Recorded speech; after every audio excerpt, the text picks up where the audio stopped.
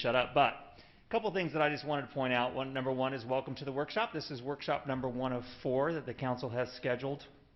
As I noted, this one being more about some of the legal processes associated with land sales in the municipality. The second workshop will be October 27th, and that workshop will be all about planning and master planning, specific planning, general planning, and that will be set on November 10th, same time, same place. And then on, October 27th. Reverse that back. October 27th is the planning workshop. The third workshop will be November 10th, and that will be really surrounding land condition, land restrictions, the cost of ownership of the current land, that sort of thing, just to give a broad based information about what is out there, how do we acquire that land, what grants may have been received in association with that land that may require restrictions. We'll talk about environmental elements required from CEQA perspective and that sort of thing.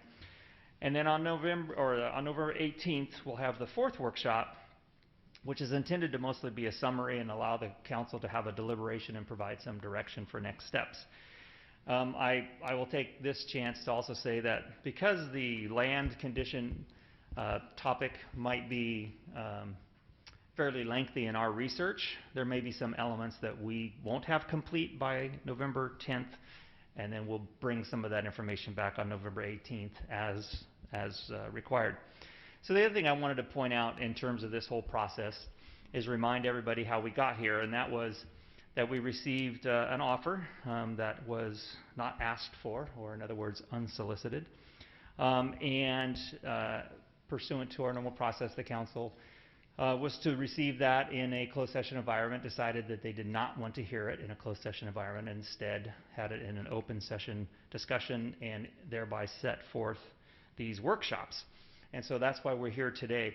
I also wanted to put some context around. There's been a lot of confusion about the acreage that is being discussed. And so there's well over 200 acres that's being discussed, but then at one of the presentations, only 46 acres that could possibly be developed. And so I just wanted to, confirm why that is the case, why there's some differences in terms of the discussion, and reiterate that we have no idea what may or may not happen going forward. We have no idea whether anything will be developed more than it is today.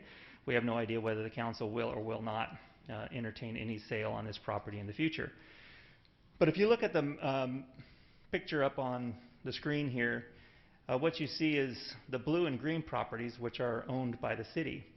And they're segregated out because the blue is what I would consider mostly developed properties, meaning they have buildings and they have water, sewer, and other facilities that have already been constructed on those properties.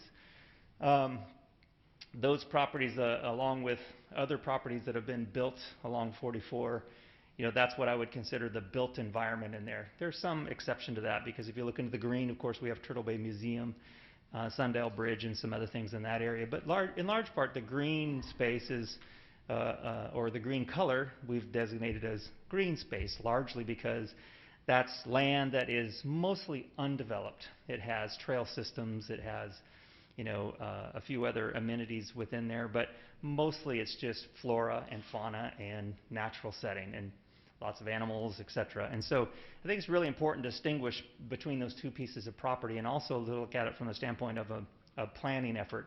If you're going to master plan this area, you wouldn't just master plan the blue and the purple areas. You'd want to master plan the whole entire area. You'd want to make sure you're looking at it as a holistic environment and how that might go down in terms of proper design and planning. But after you were done with that, you still may come back and only develop within the blue and the purple areas. And so that's where you get that differential in terms of size and acreage between a master plan area versus what could be developed in the future. So I just wanted to point that out in terms of, as we go forward here, that while you'll hear some differences between the land that we're under discussion, either by size or by description, the difference is solely in what you are planning for versus what might actually get developed in the future. I think everybody would acknowledge that a lot of the area along the river, and a lot of the area within the green space there needs to remain, largely as it is, with some maybe modification. But there's a lot of reasons for that, and I think we all value our riverfronts and the beauty of our riverfronts, and we also understand the restrictions that are associated with development around those areas. And so you would naturally want to work in those areas that are more easily accessible and more naturally suited for the built environment. So with that, I will close those comments, and we can truly start with workshop number 1, unless there's any questions from the City Council. We'll let Mr. DeWalt take off. All right, Mr. DeWalt, I believe the floor is all yours. Thank you, Will. My counterpart, the other Barry, described my presentation as that it would be riveting. I'm just going to be honest with you. It's not. It's not riveting. It's lawyer stuff, but it's important stuff. So I'm going to start out with Council Policy 1901. And for those watching or in the chambers here, council policy is a policy that's adopted by our city council, and it tells staff how to proceed and tells the city council how to proceed in certain matters. And so Council Policy 1901 basically stands for the proposition that the council should dispose of property to maximize benefit to the taxpayer. And generally, when you're maximizing benefit to the taxpayer, you're talking about getting the best price for the property that you possibly can. And so the policy then discusses some issues about how do you accomplish that? Is it by appraisal or other matters? But the policy also recognizes that sometimes what's in the best interest of the public with regard to disposition of land might be taking a little bit less if you can get some other tangible values that the public would enjoy, right? So the council policy addresses that as well. And any time that the council takes less than fair market value, it has to make findings why that is important for the benefit to the taxpayer. That's generally what Council Policy 1901 says. It also says that you have to comply, that the council needs to comply with the Surplus Land Act. And so that's what I'm going to discuss next. And prior to 2019, the Surplus Land Act was I'm going to describe it as optional. It was not considered as a mandatory condition precedent to selling property or leasing property. So that changed in 2019. And what changed is that we got legislation that modified the Surplus Land Act. And the modifications are intended to encourage the development of affordable housing for low and moderate income persons in this state, because we have a housing crisis in the state. So that's the intention. So everything that you hear from me tonight, you should receive in the context of the intention of the Surplus Land Act is to encourage development of affordable housing. So what is surplus property? Surplus property is any property that the city council determines is no longer necessary for city use. Doesn't mean that the property is not valuable. It doesn't mean that the property doesn't have a community benefit anymore or anything like that. It just means that the council is determining that that property is no longer necessary for city use. It doesn't mean that it's not going to be helpful if it's a private sector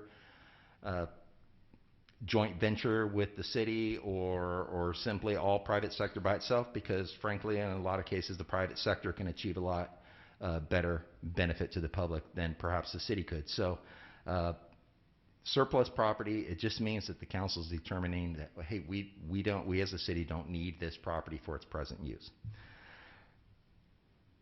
Procedurally, what needs to happen with the Surplus Land Act, I'll just walk through the procedures because that's important. The first thing you have to do as a city council before you dispose of land by sale or lease, and what I mean by lease is any lease longer than 5 years. Prior to doing that, you have to adopt a resolution that says this particular property is surplus property, meaning it's no longer necessary for city use. After you do that, notices of availability for that property are sent to the State Department of Housing and Community Development, and I'm going to call them HCD. That's the way we always refer to them. HCD keeps a list of housing providers. And so these are developers that are qualified with the state of California to provide affordable housing. In other words, a guy like me just can't decide that I'm going to be one of these housing providers and get on HCD's list. It doesn't work that way. So HCD maintains this list. The city council has determined that the property is surplus. It does so. It makes findings by resolution to that effect. It sends notices of availability to all those housing providers, and that could be in the number of hundreds.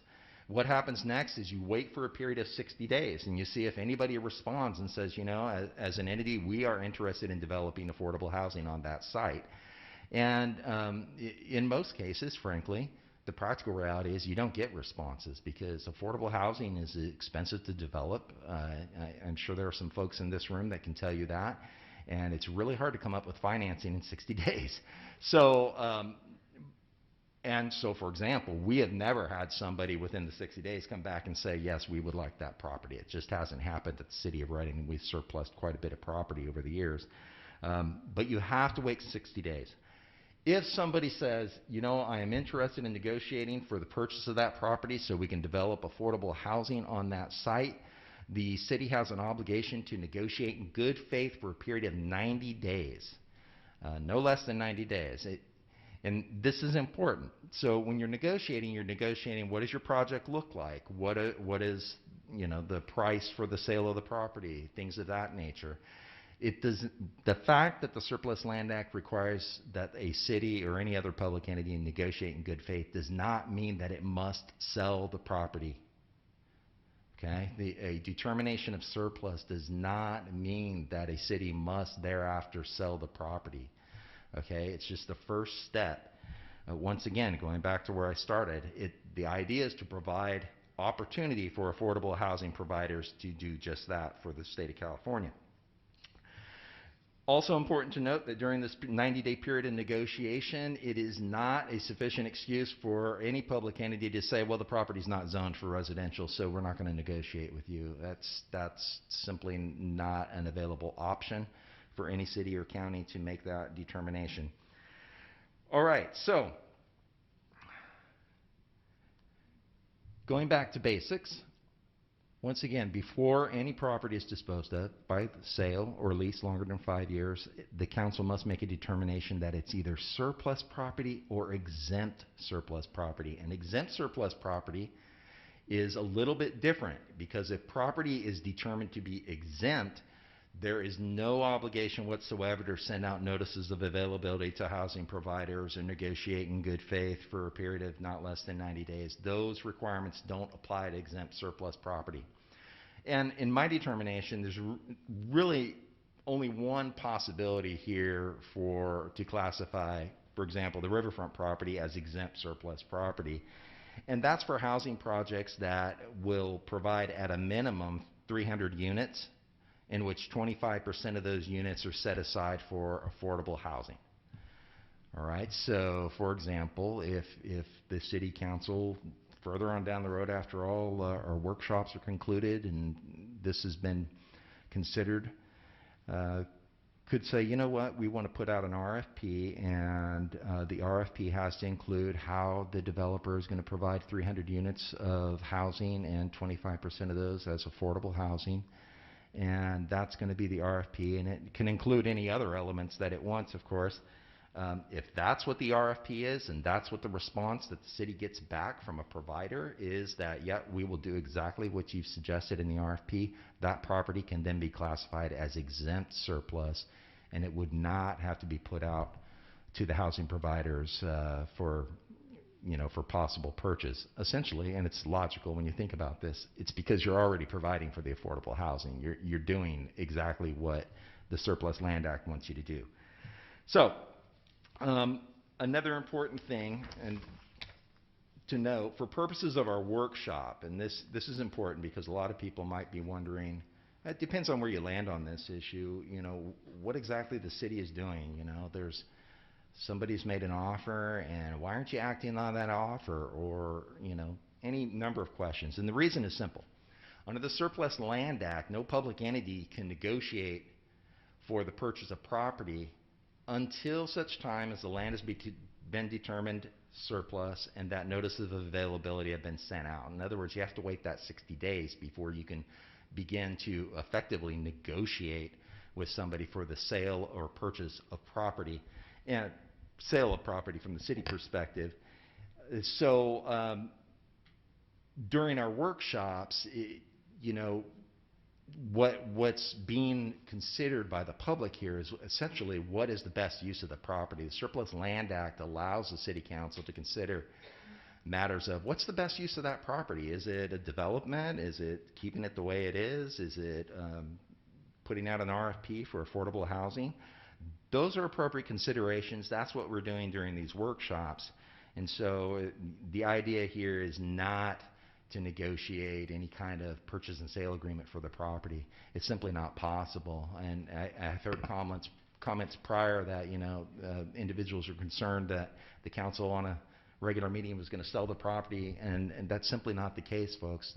You can see that there's a lot of process that has to occur, and part of that process is engaging you in the community, and part of the process is complying with the Surplus Land Act. And so, in a nutshell, that's what it does, and I'm available for any questions. Councilmember DeQuista. Thank you, and it was a good memo that you wrote, and I appreciate it.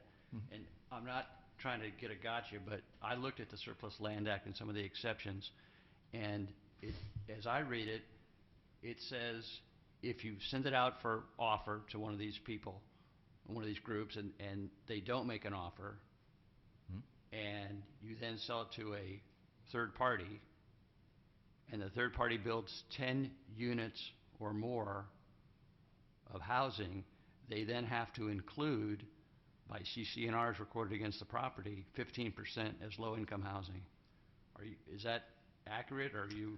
That I'm not trying to do a gotcha, so if you need to look it up or whatever, but and the reason that concerns me is that in the original proposal that was made, there was an indication that there would be some mixed use and some residential, and I asked specifically the gentleman who was in France at the time what they wanted to do with that, and he said, well, we need that because that will help provide people to support the businesses that we anticipate putting in. So sure. I just want to make it clear that in your staff report, I think it said that they could be sold with no consequences or restrictions, and I don't think that's exactly right.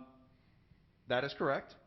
You're correct. I have to draft with some generality without getting into the weeds so I don't confuse people. But you are absolutely correct. If the property is sold and a component of the sale is the provision of housing, then yes, there is an obligation to afford a deed restriction, to record a deed restriction that would require certain affordable housing.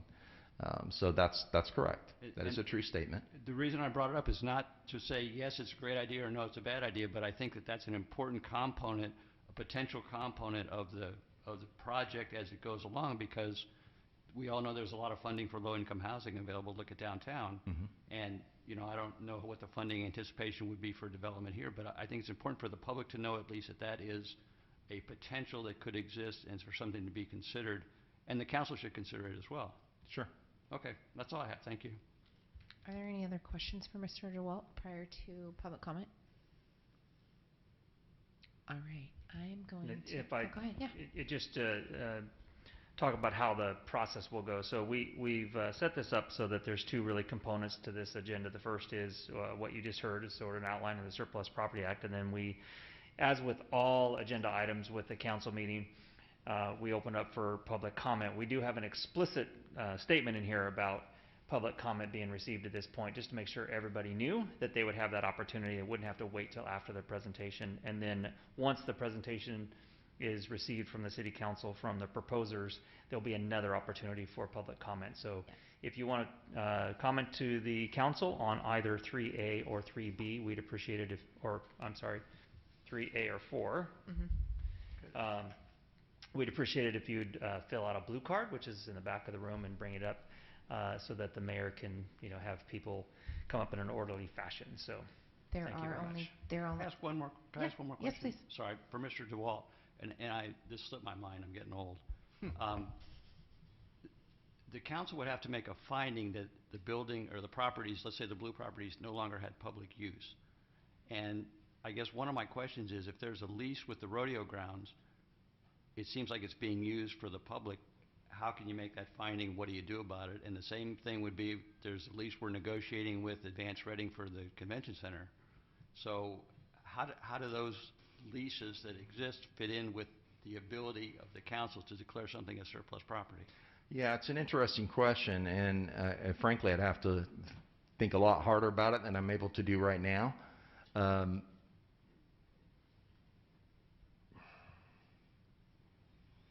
You have 3 more workshops to circle back. Yeah, I don't. You can come back and I appreciate that, because I mean, obviously that's an important consideration. well, and the other related issue is you talk about public use, and I just made a list here. It's probably not exhaustive, but the rodeo lease, the convention center lease, Cool April Nights would seem to be a public use, July 4th fireworks a public use, the boat ramp, and the outdoor theater. So if we make a finding that there's no public use anymore, how does that fit in with those particular items? I think that's something else that we would need some explanation on, Yeah. or guidance. And I think I can help a little bit. It's not that as of the day the council adopts a resolution to declare the property surplus that there aren't any public uses. It's just essentially saying that the property is no longer necessary for a public use. So for example, I mean, we will have city property that has other values on it, and it still may be used for its intended public purpose until such time that it's sold. And at that point, clearly, we're divesting it of its current public use, but we've already determined, the council's already determined that's no longer going to be necessary. Does that make sense?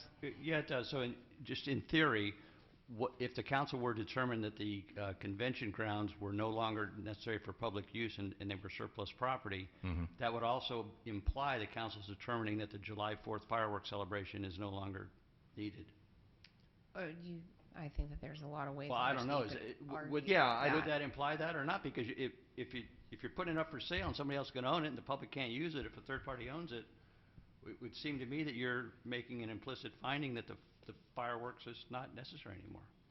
Well, I don't know that they are necessary, as that word is in common parlance used now, right? They're certainly desirable. All the uses are desirable, but are they necessary? In other words, can the city still conduct business to the benefit of the public without the use of that property, or, for example, without a fireworks display? Well, yes. We can still provide services and the like. So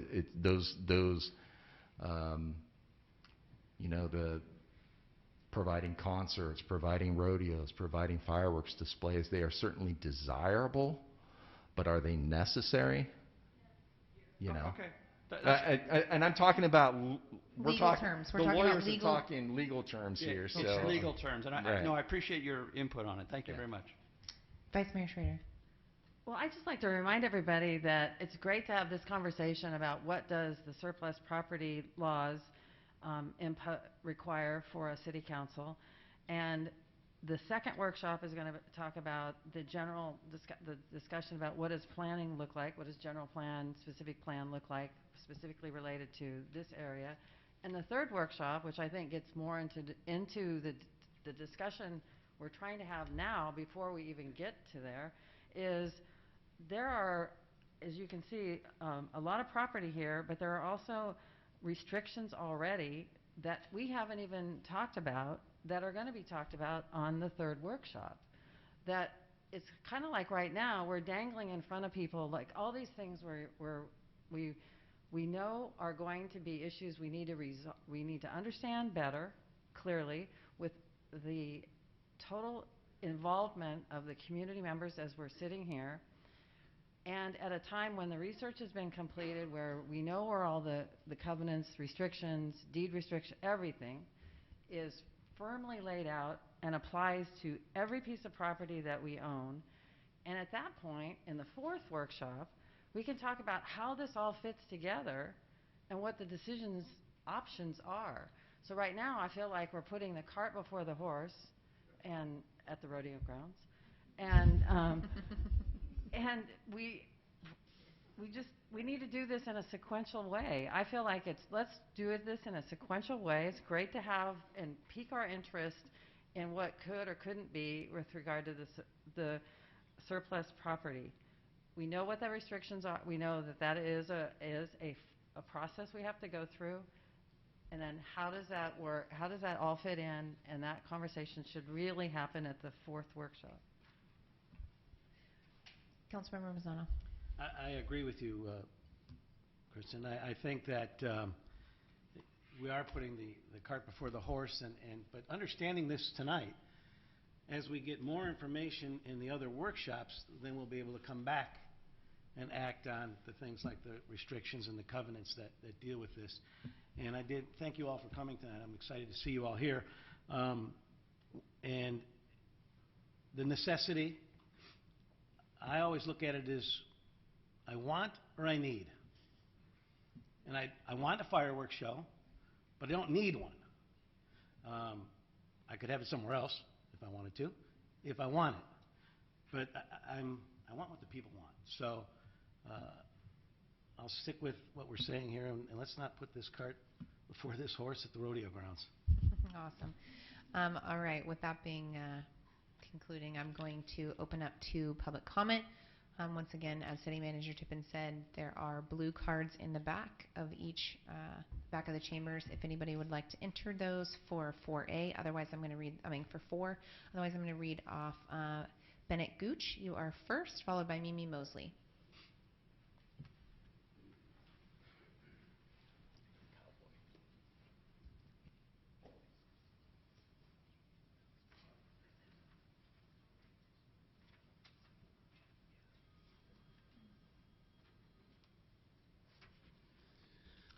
Didn't know I was going first. But I'm I like prepared. your hat. Thank you. I get to pick the order, so. Perfect. Thank you, Council, for letting me have a couple seconds here to talk. First of all, I just want to let you know my name is Bennett Gooch.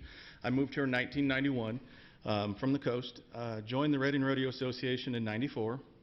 2000, I became the Marina Director. 2016, we became inducted into the Pro Rodeo Hall of Fame.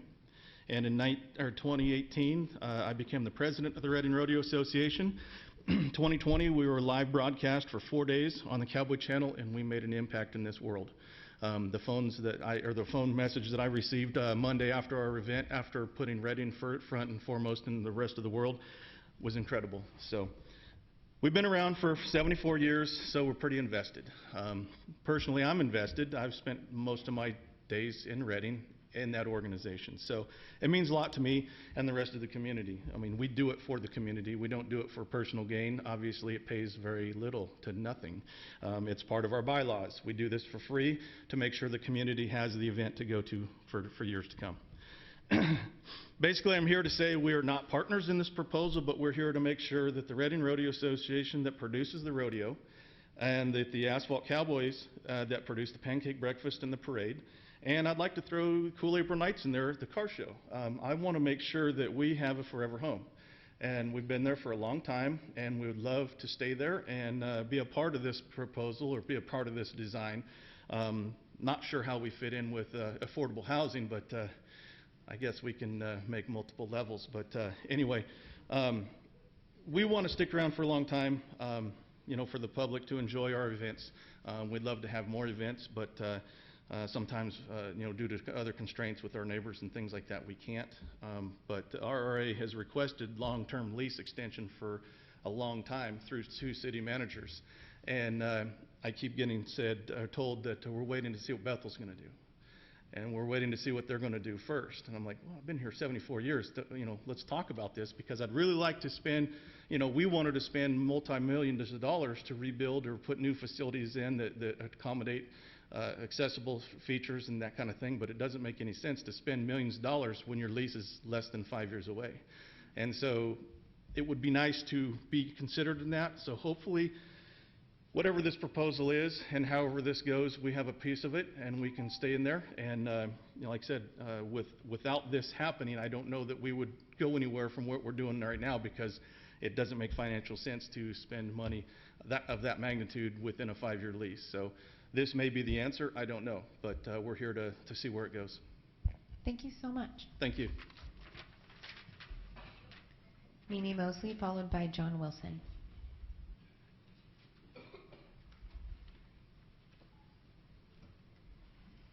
Hello. Thank you, Madam Mayor, City Council members, as well as the staff of the city. We really appreciate this opportunity to come and speak, and thank you for hosting these workshops. I've been in dire need of something to encourage me, and this is something that has lit my fire. So I'm kind of excited about it. I'm excited about a possible proposal. It's kind of fanned a fire that's inside of me that's kind of been dimming over the last year and a half. So this is exciting for me. A few years ago, my husband and I went to Greenville, South Carolina, and they had a waterfront area that had just been in shambles for such a long time. We have and then they turned it around and made this beautiful place down there that's so lots of people, a lot of wonderful waterfront things. We are kind of a step ahead of that because it's not a lousy area. We have a lovely area, and we've done some wonderful things over the years, and I'm so excited about the idea of making it even better. I understand that Populous has done a lot with equestrian centers, so I'm a big cheerleader for the Reading Rodeo. I love them. I love to go every year. I took my husband for the first time when we first moved here 12 years ago, and he loved it. He was so excited. So I love all things Reading. When you come, I'm from Atlanta originally, and then we were in the Bay Area, and to be in Reading where people know each other and you see each other, and you go to something that's a slice of Americana like the rodeo and Cool April Nights. It's just so much fun. But I'm excited to see how Populous has got some ideas, and I'd love to see what could happen to make our whole area better and cultivate in cooperation with McConnell and K2. I just feel like we're on the cusp of something really great, and I'm not even half as in the know as so many of you are. But and I know there was no preconceived plan of all of this, that this just got kind of, in a way, dumped in your lap, and then now y'all have to respond to it. But I appreciate so much you giving us an opportunity to have a few words to say how we like it. And if, as being a part of this community for 12 years, I'm for it. So I'm excited to see what's going to happen, and I'm excited for you all to be a part of it and for you to invite the rest of the community as well. So thank you so much. Thank you very much. John Wilson, and then I will move to item 4.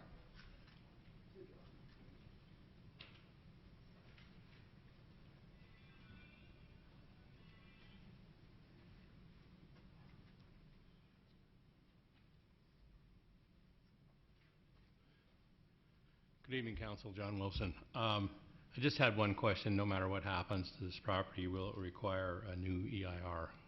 And maybe I'm putting the cart before the horse, but that's my question. Thank you. Thank you very much. Do you want to touch on that? Yeah, there'll be environmental studies required. It's possible that it will require an EIR. I'll remind the council that we're currently doing an EIR for our general plan update. It could be very likely that we can tier off of that general plan EIR for a master plan for this area. So we don't know yet what that will exactly look like, but there will be some fashion of environmental document for sure. Thank you very much. I'm going to remind anybody else who might want to or plans to comment on item 4 to get your blue cards in, because as soon as I open up public comment, I won't accept more cards. So I'll start the presentation. Go ahead. I just thought maybe I should say an EIR is an environmental impact report. Thank you. That and is it's important. required under California Environmental Quality Act for certain actions and projects that are undertaken by the city. Awesome. Thank you so much. So item 4 is a presentation of unsolicited proposal received to master plan and develop land around the Civic Auditorium. Who from Michael, are you going to come up? I believe Shannon Phillips is going to start the presentation. Thank you very much. Good evening. Thank you very much, Mayor Resner, City Council, City staff, and community. That's the best part. I'm Shannon Phillips. I'm Chief Operating Officer for the McConnell Foundation. We appreciate the opportunity for these community workshops to show us and teach us how a strong public-private partnership, which will significantly shape the future of Reading's northern riverfront, can come to fruition. Our proposal team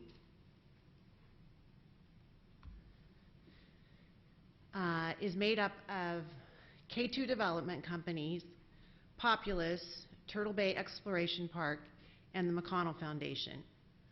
We've also engaged in conversation early with Advance Reading, who manages the Reading Civic Auditorium, and the Reading Rodeo Association to help us facilitate reimagining this area. We believe the single most important factor is visioning together. That's the key.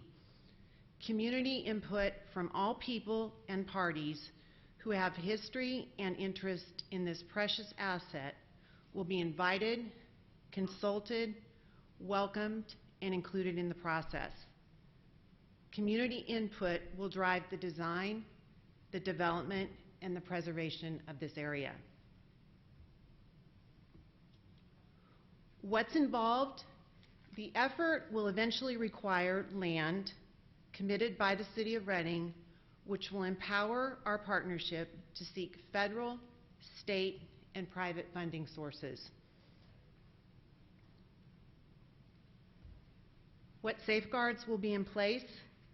Public lands will only transfer if the master plan and a demonstrated ability to develop that site are approved by city planning processes and the Reading City Council. A successful master plan must be more than a plan. Our team is committed to design, fund, and construct the community's vision. This effort is bigger than K2, McConnell, or Turtle Bay. We believe by bringing local commitment and global experience of Populous to the table and to our team, together we can create and deliver a right-sized master plan that becomes a Reading reality. The timeline is spelled out for us. In all reality, it's probably a decade-long effort. We know that from past experience, and we know that's what it takes to do a quality transformation project such as this. With city approval every step of the way, it's not an overnight effort, it's an overtime effort. We are rooted in Reading, and we're committed to take on this significant responsibility that we're offering to undertake. Now I'd like to introduce Michael Lockwood, Senior Partner for Populous.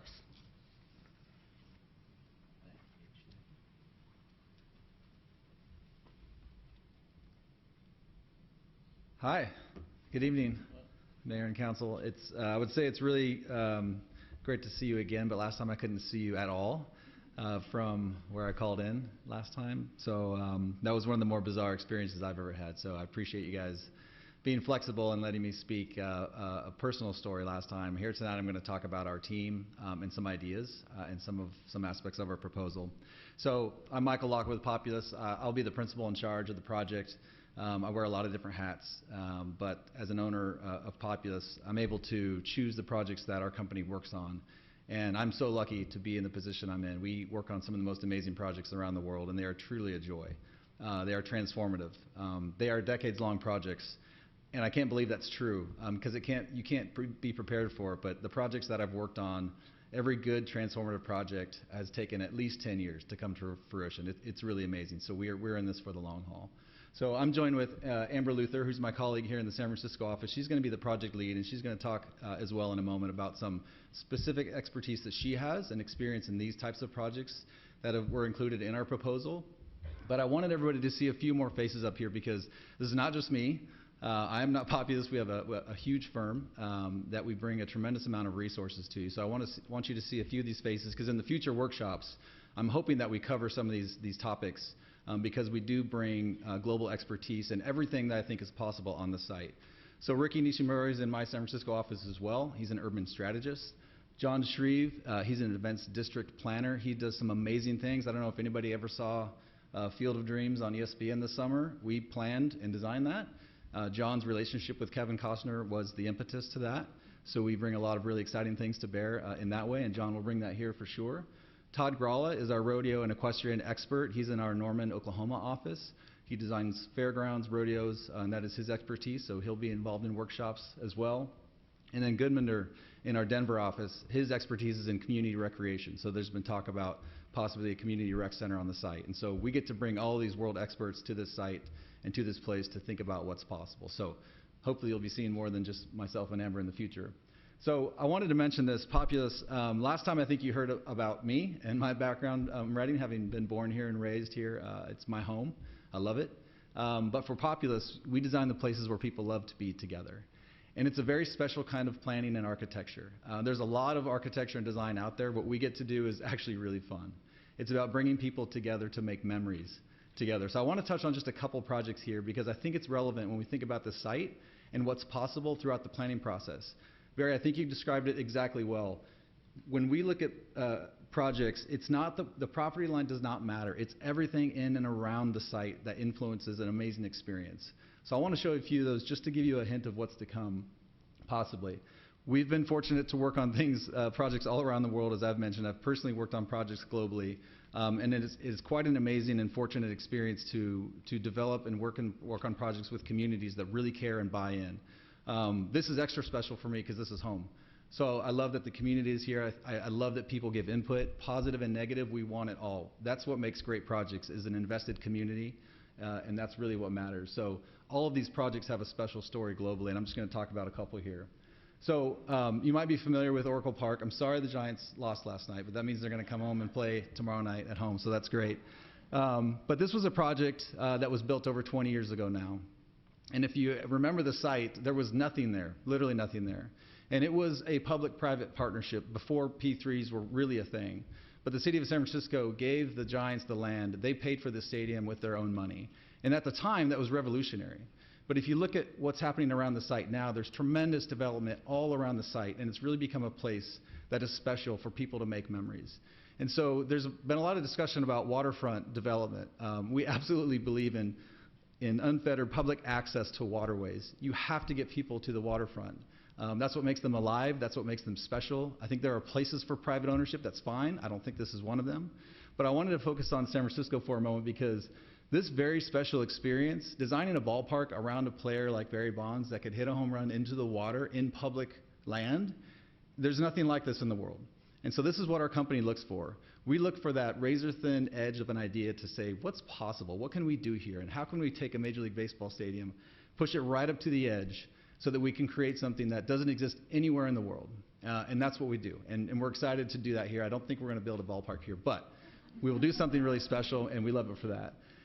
The other aspect, which you may not know, that is public access way. Again, in the Major League Baseball world, this didn't exist. The idea that you can stand without a ticket and watch a game, it was created right here in San Francisco. And then ultimately, you get moments like this, right? When you design it, you hope this happens, and when it does happen, this is what people remember. So we design these public assembly venues. They're vessels for communities and people to come together to make memories. Their architecture, yes, but they're really about people coming together for special moments. And so that's what we bring to the table. So on the other side of the world, this was a project that I led in Sydney, Australia. So sticking with the P3 theme, this was a $2.5 billion convention and exhibition project. And in Australia and Canada and other parts of the world, they're a little more advanced on the P3 front about how it all comes together. So this has a hotel, convention center, exhibition center, theater, and then mixed-use housing to the south end there. This was Sydney's busiest public space and still is their busiest public space. Australia, in all of Australia.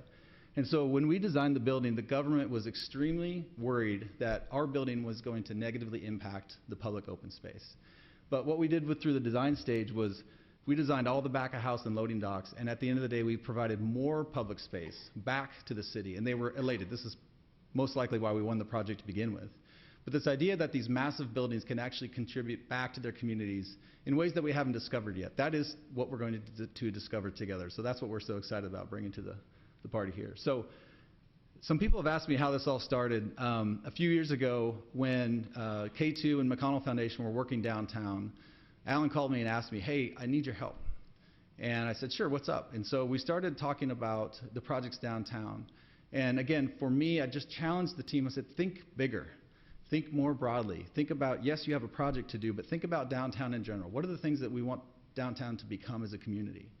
And we brought a design team from all over North America. We came here and had a workshop, and we came up with these 10 ideas for Reading for the next 10 years. Just think big and think broad about what's next. And so this idea about building momentum, one project at a time, is really important. I would say half of the projects landed downtown and the other half landed at this site.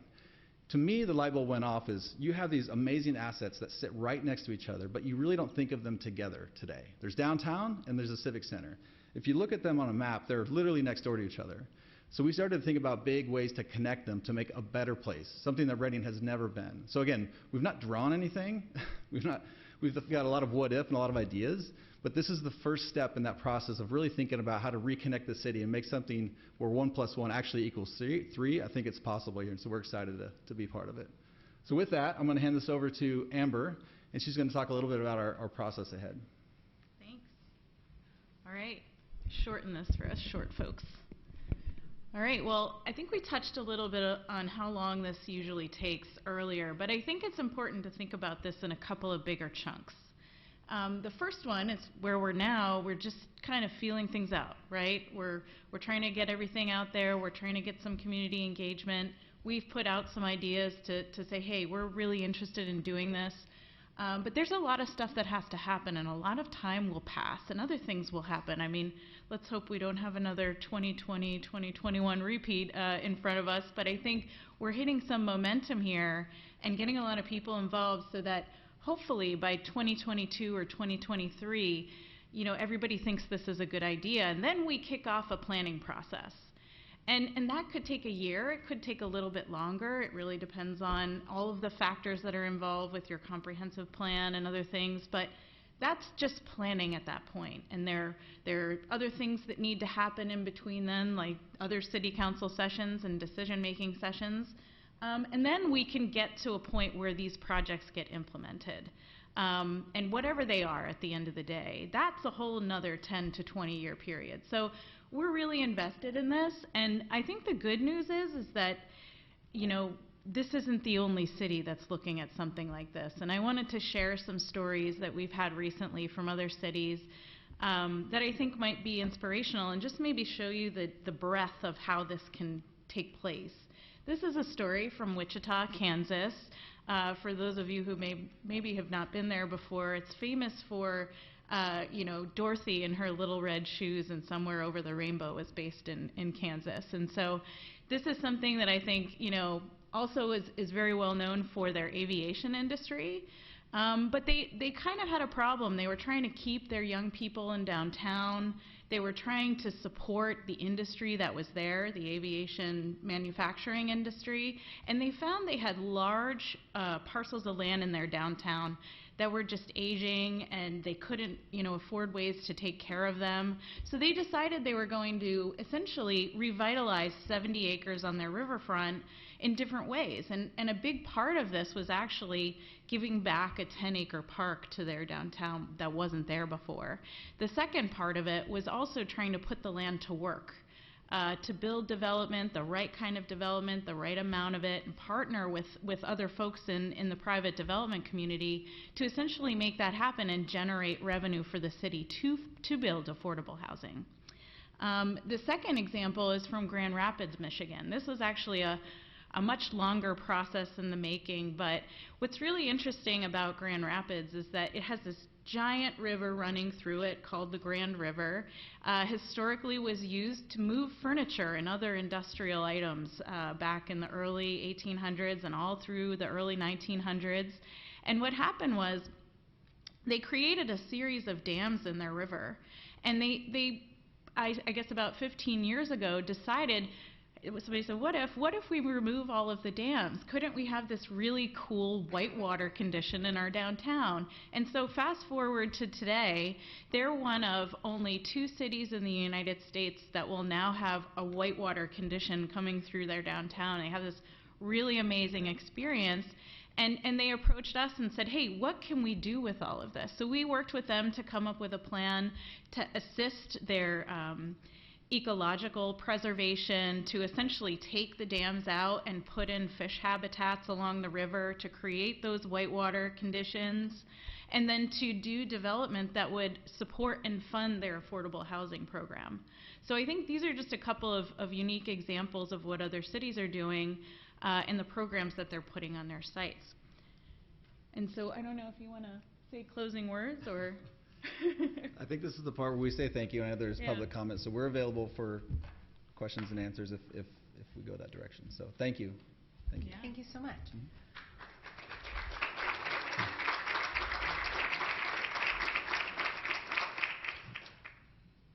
Councilmember Winter.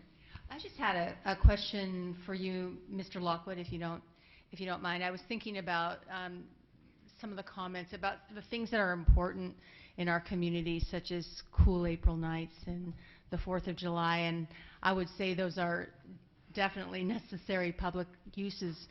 But my thought is, are they mutually exclusive to what we might want to do? Even though we might declare them as surplus property, really they are important to us, and does that make it mutually exclusive to some of the development that we could possibly do in this area?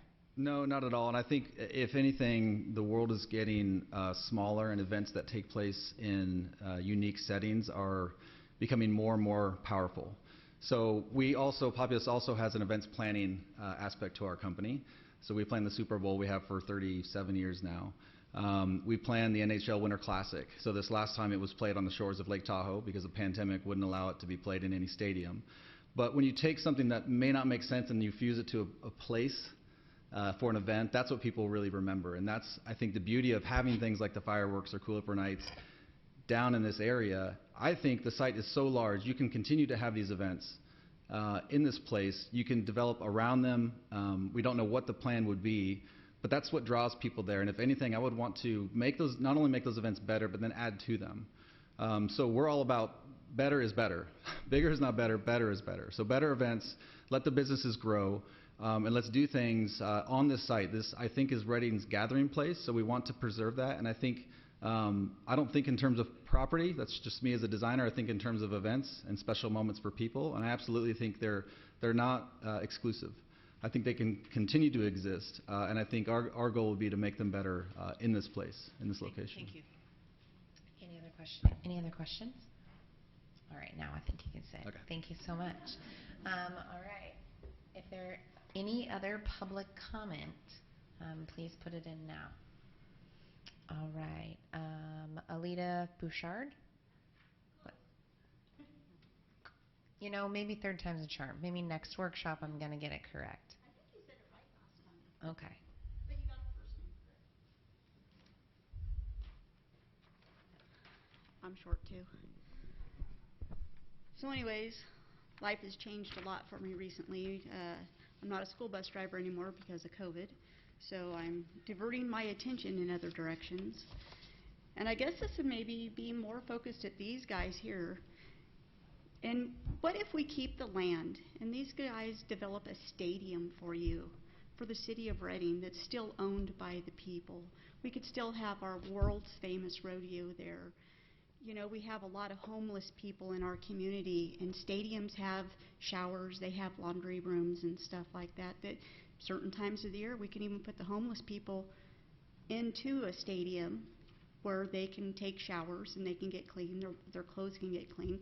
They can have counseling sessions there. We can have movie nights for the community. We really need to keep this property in the community, and it's a big place for us to be. It's still one of the few things that we have left that has not been taken away from our community is our rodeo. And they were talking about keeping Cool April Nights, but they didn't say anything about the rodeo. What are they going to do with the rodeo? Where are they going to move? You know, I just feel that this land was donated to the city for the people. It needs to stay in the community for the people. And Mr. Lockwood, nothing against you and what you want to do, but I think people who you're getting in bed with is a big problem with the community, because a lot of the community does not like the McConnell Foundation, and that's where you're going to get a lot of your resistance. But I think maybe you need to think outside your box and think about a stadium where we can maybe even have a minor league basketball team here. Bigger conventions, better concerts, something for the people. Yeah, we can still develop it and make walkways and stuff, but that land belongs to the people. It was donated by a person who lived in this community, and it needs to stay in the community. It shouldn't be for sale. And if you choose to sell it, maybe you should put it out on a ballot and let people vote for people who they want to own the property instead of just handing it over to somebody. That's all I really have to say. Thank you so much. Kim Heen?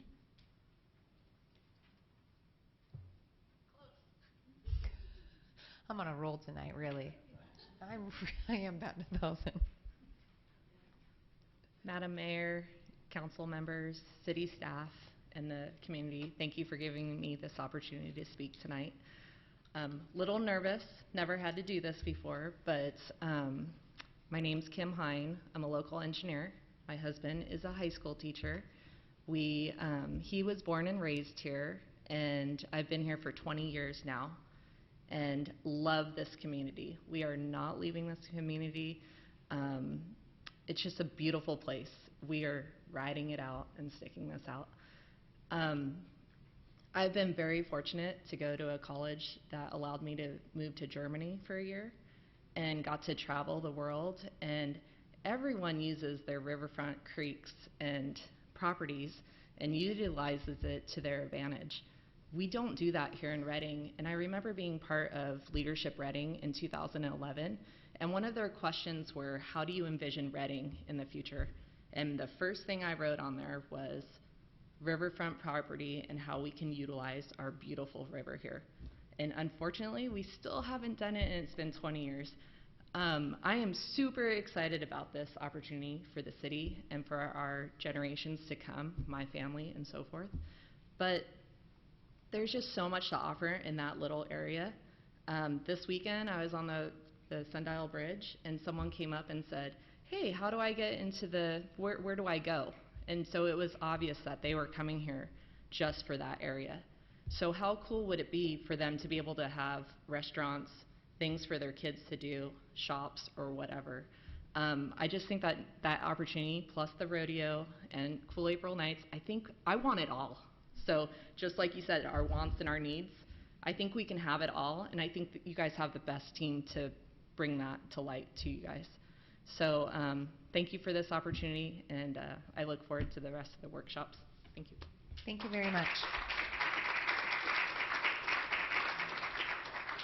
Kelly Bartaldo.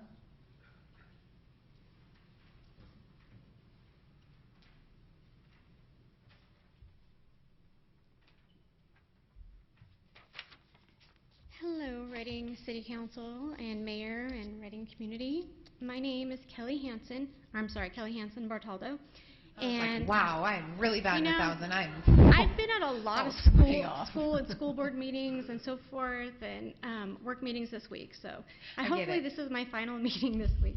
My name is Kelly Bartaldo, and I am a longtime resident of Shasta County. And my husband and I own and operate Crosspoint General Engineering here in the city of Reading.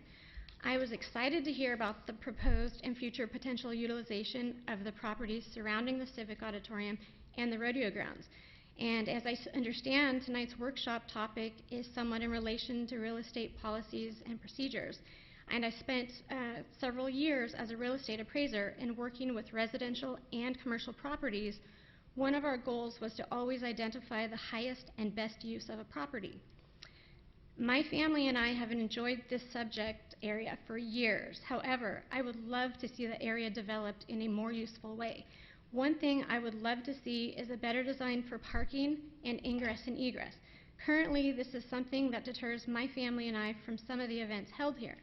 The ingress and egress is a nightmare during special events, as we all know. With young children, I sometimes just cannot afford to get stuck there for hours trying to get out after an event. Additionally, my brother is in a wheelchair, and therefore it would be beneficial to see a redesign of this area in hopes that it can be more accessible for all families to enjoy. Even my able-bodied parents sometimes decline to join us for events held here because of the parking. The leaving, the long walk to the rodeo grounds located on the opposite end. As a mother of young children, I have made the long trek multiple times carrying my children on the long dark walk after the event. So I'm here today to tell you that I'm hopeful that this project can become a reality for our city of Reading. This, I think, would be a great opportunity for the city and would encourage the utilization of this area by more local families as well as our annual visitors that support our annual events and our local businesses, like myself and many others here. I would love to see something here that draws people and young families back to this area. And I see an opportunity for responsible growth in this area, and I look forward to hearing more about this project. So thank you. Thank you very much. I'll bring it back to council. Are there any other questions that have come up? No? City Manager Tippin, did you have 2 cents? Okay. Well, prior to adjourning, I have one question that I would like to ask council. Previously, and I guess Mr. DeWalt can tell me whether or not I need this as a suggestion or whether council needs to approve it, but previously we had suggested that during each workshop that we would have Populace present, and that the thought there was that we would do that so that it didn't matter what workshop it was that somebody came to, that they would be able to see that presentation. However, as I'm thinking about it, it does feel a little bit biased to do so, and so I'm wondering whether or not we also could increase accessibility if we requested that Populace maybe put together a video or something of the sorts, and then maybe we request that the communications team put that on the city's website, and then all would be accessible for anybody at any point in time. I'm not sure whether or not I need a vote on that, or if I'm taking a mayor's leisurely walk down an idea. Yeah, I don't think we would need a specific vote on that. If the council consensus is that, you know, there's better access to that information through a polished, you know, video production that gets put up on the website, and then obviously others could push it out as much as they wanted through social media channels and other means, I think that'd be fine. I think if the council chose to just have consensus that we modify the future agendas accordingly, that'd be fine. Vice Mayor Schrader. Well, it's, that was, my understanding was, I want to be clear, I think that the motion was made by Councilmember DeQuisto. Was that your intention, was that it be presented at each meeting so that it didn't matter which meeting people attended, they could see in person? That was my thought, and by scheduling multiple meetings, there could be people that either couldn't come tonight and had questions that they wanted to ask in person. So I would have no problem if they wanted to do a video and put that out, but that shouldn't replace their agreement to at least come make a presentation at the 4 meetings. So you feel comfortable with them presenting at every board meeting? I do. Okay. I agree. I think it's fine. I was, but it does have it does present, and some community member has asked me, well, it makes it look like we're only have one plan that we're looking at going forward. And I have a slight concern over the access as well as the public perception that this is. Public perception really does tend to feel as though, even though we are holding workshops, that we are marching the train down one particular path, even though the goal of the workshops were for us to make sure that we knew all of the facts and all of the findings, and we could make a really informed decision prior to negotiating with any party whatsoever. And those are just my concerns I felt like needed to be voiced. Maybe for the public's edification, as part of my motion to have these workshops that the council all agreed in, the other part was we took no action on the unsolicited proposal that's come before us. So when the workshops are finished, either at the last workshop or at the following council meeting, it's my understanding that the council will then decide what next steps to take, which could include doing nothing and saying we're not interested in pursuing this any further, and if that's the majority of the council vote, then nothing further will happen, and it'll move forward. Or the other choices that we have in there. whether we do leases, requests for proposals, master plans, in what order we do them. So it's really it's pretty much a blank slate right now. My intention was to have these be informational for the public to come and see how much they want to come and listen. And it's very exciting to come listen to all the council members and talk about all the legal mumbo jumbo. So we'll try to do that every meeting if we can. Councilmember Mazzano. I don't think we're taking one horse down the road here.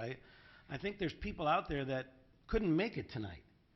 And no, I agree with you. I just know that there's also public perception. Right, and if I was one of those people, I want to ask that gentleman a question after he makes his presentation, and I won't have that opportunity if we don't invite them back.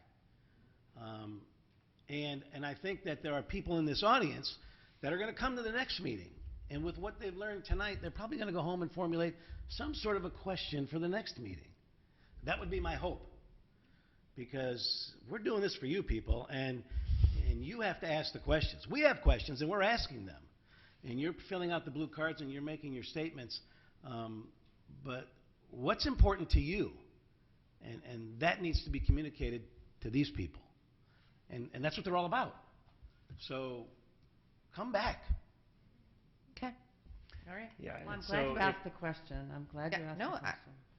Yeah, so we'll stay as planned on the agendas. I might still ask if there's a willingness to put together some video that could go up, because I think it would be beneficial that, maybe there's a better opportunity for that information other than our, which is decent, but not the best production value in terms of, rewatching this on the live stream. I would just love to incorporate as much of the community as we can, and that matters. Sorry, Councilmember.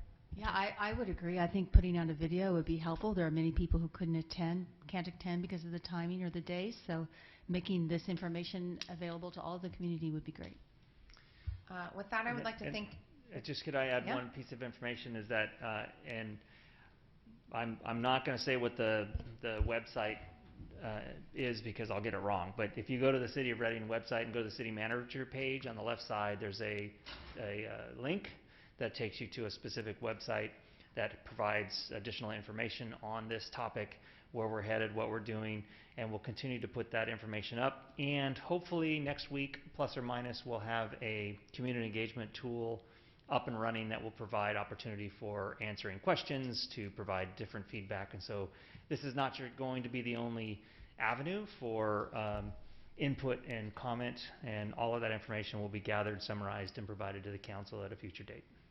All right. With that, I would like to thank everybody for coming and sitting through this, and we'll see you at the next one. We're adjourned.